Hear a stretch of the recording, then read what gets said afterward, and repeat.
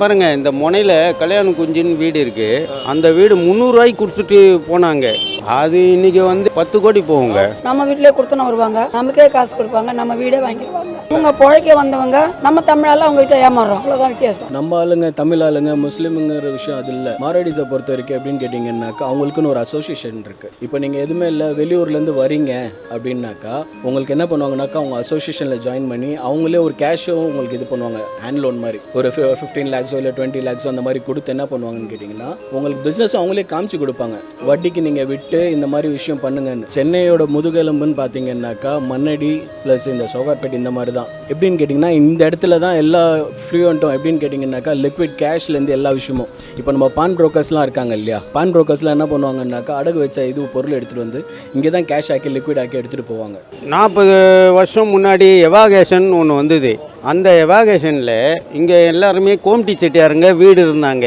அப்போல்லாம் மார்வாடிலாம் யாரும் கிடையாது. அவங்க என்ன பண்ணாங்க, எவாகேஷன் குண்டு போடுறான்னு சொல்லவே வீடை ஒவ்வொருத்தரும் மார்வாடிக்கு கொடுத்துட்டு ஆயிரக்கணக்கெலாம் கூட கிடையாது, 300 ரூபா 400 ரூபா 500 ரூபா.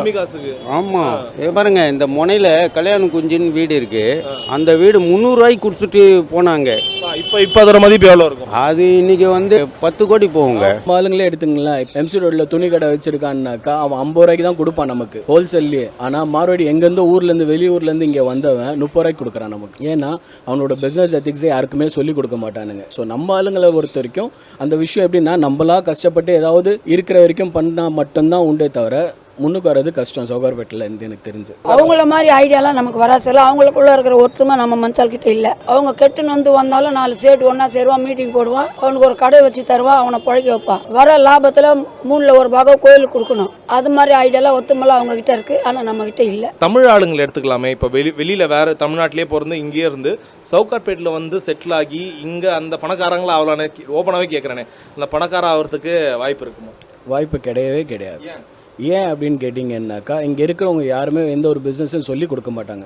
இப்போ நீங்களே சொன்னீங்களே சின்ன சின்ன கடைங்க வச்சுருக்காங்க, கேட்டாக்கா 2 பில்டிங் வச்சுருக்காங்க 3 பில்டிங் வச்சுருக்காங்க, எப்படின்னு தெரியலன்றீங்க. அந்த மாதிரி அவங்க எப்படி சம்பாதிக்கிறாங்கன்னே தெரியலன்னும் போது அவங்க பிஸ்னஸ் எப்படி காமிச்சு கொடுப்பாங்க உங்களுக்கு? இவங்க பொழைக்க வந்தவங்க நம்ம தமிழால அவங்க கிட்ட ஏமாறுறோம், அவ்வளோதான் வித்தியாசம். பாருங்க இந்த முனையில் கல்யாண குஞ்சின்னு வீடு இருக்கு. அந்த வீடு 300 ரூபாய்க்கு கொடுத்துட்டு போனாங்க. அது இன்னைக்கு வந்து 10 கோடி போகுங்க. நம்ம வீட்டிலே கொடுத்துன்னு வருவாங்க, நமக்கே காசு கொடுப்பாங்க, நம்ம வீடே வாங்கிடுவாங்க. இவங்க பொழைக்க வந்தவங்க நம்ம தமிழால அவங்க கிட்ட ஏமாறுறோம், அவ்வளோதான் வித்தியாசம். நம்ம ஆளுங்க தமிழ் ஆளுங்க முஸ்லீமுங்கிற விஷயம் அது இல்லை. மாரடிஸை பொறுத்த வரைக்கும் எப்படின்னு கேட்டிங்கன்னாக்கா அவங்களுக்குன்னு ஒரு அசோசியேஷன் இருக்குது. இப்போ நீங்கள் எதுவுமே இல்லை வெளியூர்லேருந்து வரீங்க அப்படின்னாக்கா உங்களுக்கு என்ன பண்ணுவாங்கனாக்கா அவங்க அசோசியேஷனில் ஜாயின் பண்ணி அவங்களே ஒரு கேஷும் உங்களுக்கு இது பண்ணுவாங்க. ஹேண்ட் லோன் மாதிரி ஒரு 15 lakhs இல்லை 20 lakhs அந்த மாதிரி கொடுத்து என்ன பண்ணுவாங்கன்னு கேட்டிங்கன்னா உங்களுக்கு பிஸ்னஸ் அவங்களே காமிச்சு கொடுப்பாங்க.